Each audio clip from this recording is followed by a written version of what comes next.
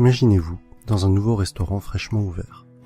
L'accueil est plaisant, la déco sympa et les plats sont succulents. Vous en parlez à des amis, ceux-ci sont ravis.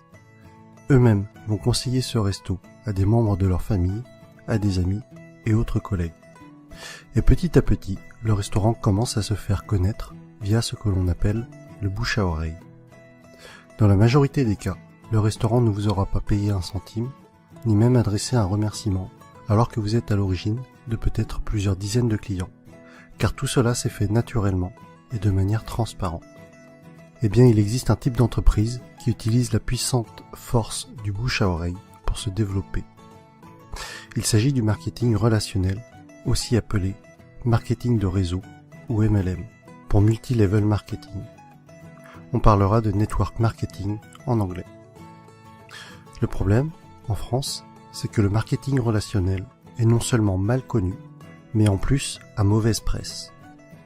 En effet, trop souvent, les médias n'en parlent que dans le cas d'arnaque, et malheureusement, il en existe, et très rarement comme une possibilité de réussir.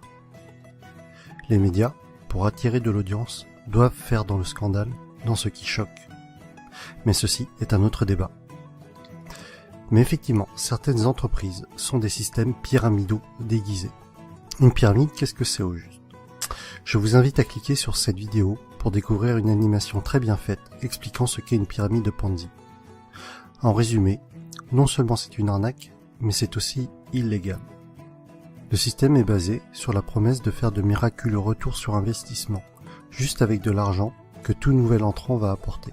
Autrement dit, l'argent des nouveaux paye le bénéfice des anciens.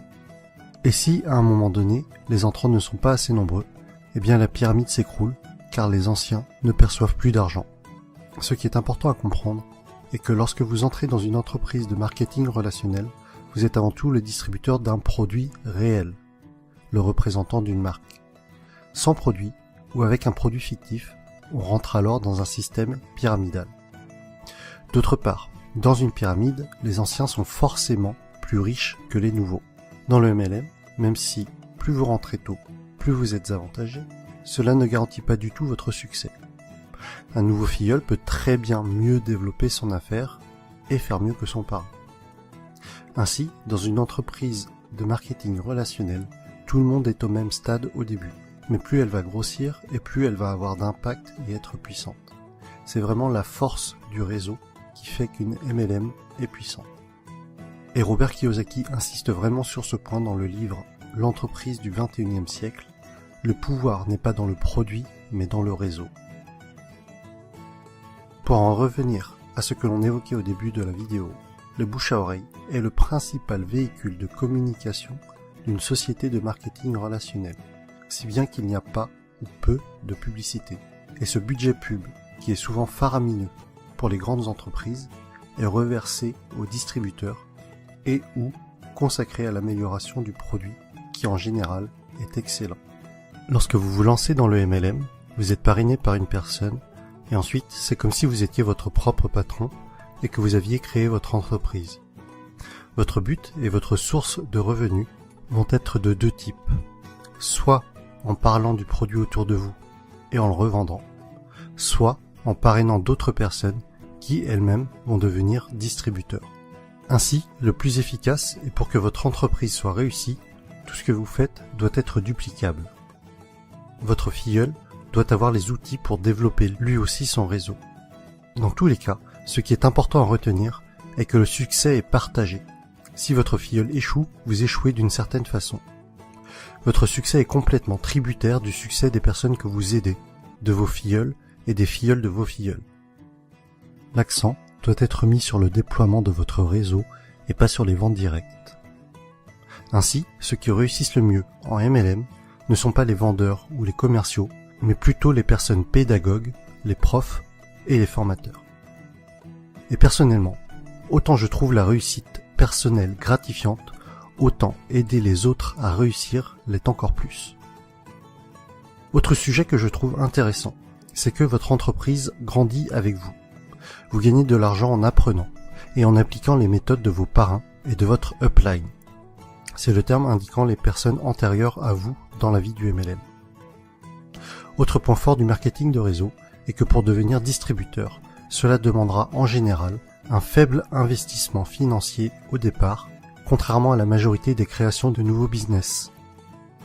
Aujourd'hui, si vous comptez ouvrir une franchise du type McDo, Subway ou Starbucks, il vous faudra probablement plusieurs centaines de milliers d'euros, alors qu'en MLM, cela vous demandera la plupart du temps quelques centaines d'euros. Ensuite, tout est préparé pour vous.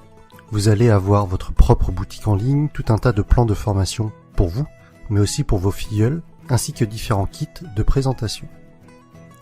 Un autre point essentiel, et qui pour moi m'attire beaucoup, les entreprises de marketing relationnel offrent des paliers au niveau de leur plan de compensation. Pour être plus précis, à partir d'un certain nombre de filleuls, et sans compter les éventuelles primes bonus, vous allez toucher un revenu résiduel, encore appelé revenu hors exploitation, c'est-à-dire un revenu passif.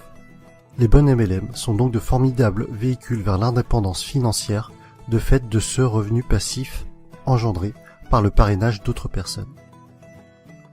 Je rajoute que les MLM sont un type d'entreprise qui a une croissance des plus fulgurantes à l'échelle mondiale ces dernières années. Aux USA, ça a vraiment explosé depuis les années 90. Et avec Internet, c'est encore plus facile d'augmenter son réseau qu'auparavant. De plus, c'est une activité que l'on peut tout à fait démarrer sur notre temps libre pour un revenu complémentaire au début. Il faudra alors se déclarer en auto-entrepreneur avec le statut de VDI, c'est-à-dire vendeur à domicile indépendant. J'insiste tout de même sur le fait de bien vérifier un certain nombre de points avant de vous engager dans une entreprise de marketing relationnel, afin de ne pas tomber sur une pyramide de Ponzi déguisée. Voici le type de questions qu'il faut vous poser avant de vous engager dans une entreprise de ce type. Est-ce qu'il y a des bureaux réels? À quels endroits géographiques? Se trouve-t-il dans des paradis fiscaux? Quel est l'historique de l'entreprise? Quelle est la réputation de cette entreprise? Quels sont les avis d'autres personnes sur celle-ci? En conclusion, et si vous avez suivi mon défi personnel, je pense que vous commencez à comprendre pourquoi est-ce que ce type d'entreprise m'intéresse fortement. Travailler pour ses propres rêves et non pas ceux de quelqu'un d'autre. La possibilité d'avoir des revenus passifs avec cet objectif d'indépendance financière. Partager le succès.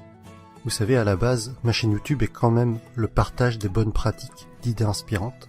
Alors si en réussissant dans un domaine, j'arrive à aider d'autres personnes à réussir également, alors j'en serais sincèrement ravi.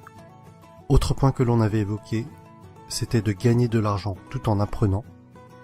Le message que j'y vois derrière cela est celui que Jim Rohn a souvent répété, que plus vous vous développerez personnellement, plus cela attirera le succès. Et enfin, des horaires libres. Cela signifie que je pourrais aller chercher ma fille à l'école.